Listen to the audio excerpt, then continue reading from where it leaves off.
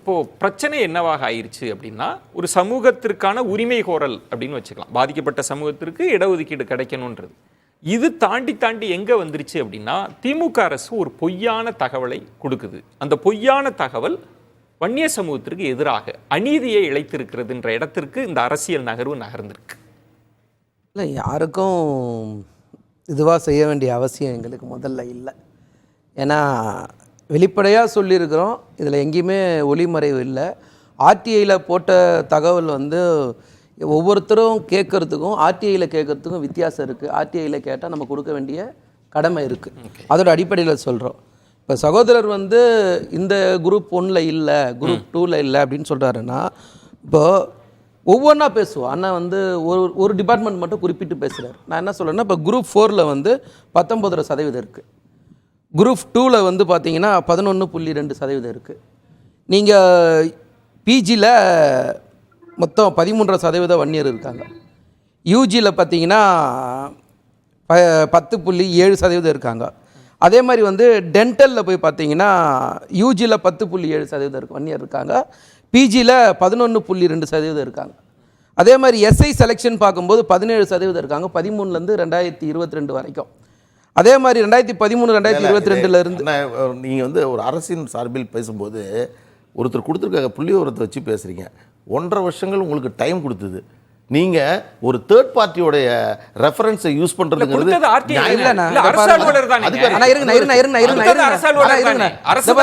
அரசாங்கம் என்ன கொடுத்துருக்கோ அண்ணன் இந்த மாதிரி பேசுறாருன்றதா. அது இல்ல இல்ல நான் இல்லண்ணா, இது பொதுவெளியில. ஆனா தயவு செஞ்சு ஏதோ ஒரு பேப்பரை நான் படிக்கல தம்பி, அரசாங்கம் என்ன வெளியிட்டு இருக்கோ அதை தான் படிச்சுட்டு இருக்கேன். அது மொத்தமா 10 பேஜ் இருக்குது. நான் அதுல ஷார்ட் அவுட் பண்ணி உங்களுக்கு ஒவ்வொரு டிபார்ட்மெண்ட் நான் கேட்கக்கூடிய பொருள் என்னன்னா, எனக்கு புரியுது. 1.5 ஆண்டு காலம் நிறைவடைந்திருக்கக்கூடிய நிலையில அரசின் சார்பில் 89லிருந்து இன்று வரை அல்லது 10 வருடத்தில் புரியுதுன்னா நான் சொல்றேன், கொஞ்சம் டைம் கொடுங்க. நீங்க கொடுத்துருக்கிறது, நீங்க எம்பிபிஎஸ்க்கு 1 வருஷம், அடுத்தது அட்மிஷன் சொன்னா வேற, அடுத்தது 2013லிருந்து 2022 வரைக்கும் சுமார் 10 வருஷம். நான் சொல்ற டேட்டாஸ் இல்ல மாறி மாறி இருக்கு. தயவு செய்து சொல்றேன். அதுதானே சொல்றேன்.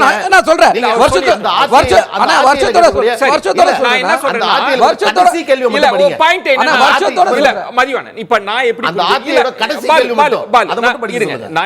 பார்க்கக்கூடியவர்கள் பலரால இந்த ஆர்டிஐனுடைய ஒவ்வொரு கேள்வி சாராம்சம்லாம் தெரியாம இருக்கலாம். நான் டெக்னிக்கலா போகாம என்ன சொல்ல வரேன்னா, நீங்கள் உள்நோக்கத்தோடு தகவலை திரிச்சு சொல்கிறீங்க. ஏதோ வன்னியர் சமூகம் அதிகமாக பலனடைஞ்சு அப்படி இல்லைன்றாங்க. நீங்கள் 30 வருஷம் எங்களுக்கு டேட்டாவை கொடுங்க, நாங்கள் பாதிக்கப்பட்டிருக்கோம். இன்னும் சொல்லணும்னா அந்த 20%த்தில் சில சமூகம் மட்டும்தான் அதிக பலனை அடைஞ்சிருக்கு. அதை நீங்கள் மறைக்கிறீங்கன்னு சொல்கிறாங்க. இதுதான் இல்லை, மறைக்க வேண்டிய அவசியம் இல்லை. நான் முதல்ல ஓப்பனிலே சொல்லிட்டேன். நான் சொல்கிறது மேல்நிலை ஆசிரியர்களும் சொல்கிறேன், துணை ஆட்சியர்கள் சொல்கிற, உதவி அறுவை சிகிச்சை மருத்துவர்கள் சொல்கிறோம், ஒருங்கிணைந்த பொறியாளர்கள் எவ்வளோ பேருன்றதையும் நாங்கள் சொல்கிறோம்.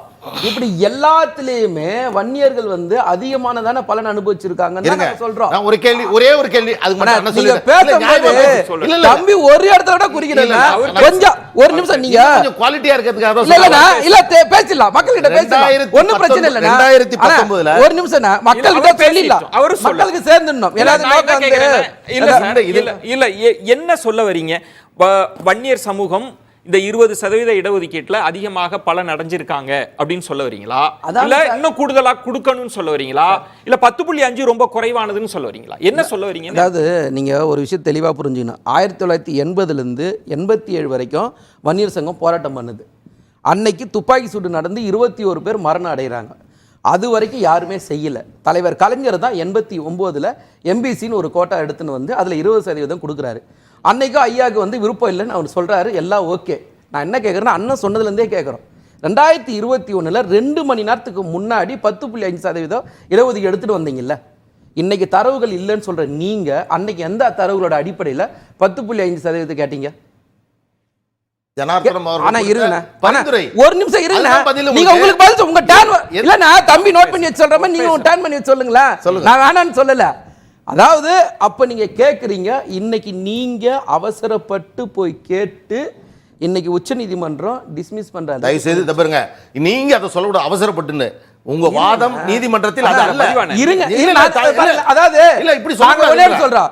நாங்க திமுக கொடுத்த ஏதாவது ஒரு இடஒதுக்கீடு என்னைக்காவது உச்சநீதிமன்றம் கடைசியா வந்து அருந்ததியர் உள் ஒதுக்கீடு வரைக்கும் சரி. நாங்க பக்காவா கொடுக்கிறோம். இருங்க. மக்களுக்கு போய் சரியா இல்ல, சேருது. பாமக மதிவாணன் பாமக எந்த இடத்துக்கு நகர்த்திட்டாங்க இந்த பிரச்சனை அப்படின்னா, திமுகவையே அவங்க பகுப்பாய்வு செய்து திரு கலைஞர் அவர்கள் இருந்தபோது சரியா இருந்தார், திரு ஸ்டாலின் அவர்கள் எங்களுக்கு எதிராக இருக்கிறாங்க அப்படின்றாங்க. இப்போ ரவீந்திரன் துரைசாமி சார் சொல்றது பாமகவுக்கு எதிரான அரசியல் நிலைப்பாடு, சமூகத்திற்கு எதிரான அரசியல் நிலைப்பாடு இல்லைன்ற. ஆனால் பாலு அவர்கள் இல்ல எங்க சமூகத்திற்கு எதிராகவே இந்த திரு ஸ்டாலின் அவர்கள் தலைமையிலான திமுக இருக்கின்றாரே. இப்போ சாதிவாரி கணக்கெடுப்பு யார் எடுக்கணும்? ஒன்றிய அரசு எடுக்கணும். இந்த ஒன்றிய அரசோட கூட்டணியில் இப்போதைக்கு இருக்கிறது யாரு? பாமக. இதுவரைக்கும் எத்தனை தடவை நீங்க மோடியை பார்த்து ஒன்றிய அரசாங்கத்தை பார்த்து சாதிவாரி கணக்கெடுப்பு எடுக்கணும், எங்களுக்கு இடஒதுக்கீடு வேணும், எங்களுக்கு 10.5 இடஒதுக்கீடு வேணும்னு சொல்லி எத்தனை இடத்துல நீங்க நாடாளுமன்றத்திலேயோ இல்ல நேரடியாவோ பொதுக்கூட்டத்திலே எந்த இடத்துல நீங்க கேட்டீங்க? அதுக்கு அவங்க என்ன பதில் சொன்னாங்கன்னு அண்ணன் சொல்ல தயாரா இருக்காரா? இப்ப உடனே பேசு. ஆனா இருங்கண்ணா, முடிக்கலண்ணா, நீங்க லைனா பேசுறீங்க, நான் எல்லாத்துக்கும் பதில் சொல்றேன், நீங்க அப்புறம் எல்லாத்துக்கும் சொல்லுங்க. சரி, இப்ப உங்க பாயிண்ட், பாமக வைக்கிற விமர்சனத்துக்கு உங்க பதில் என்ன? பாமக வந்து அரசியலுக்காக இப்ப பேசுறாங்க. தொடர் தோல்வி, இந்த தோல்வியிலிருந்து மறைக்கிறதுக்காகத்தான் 21 தேர்தலுக்கு முன்னாடி 2 மணி நேரத்துக்கு முன்னாடி இடஒதுக்கீடு எடுத்துன்னு வந்தாங்க.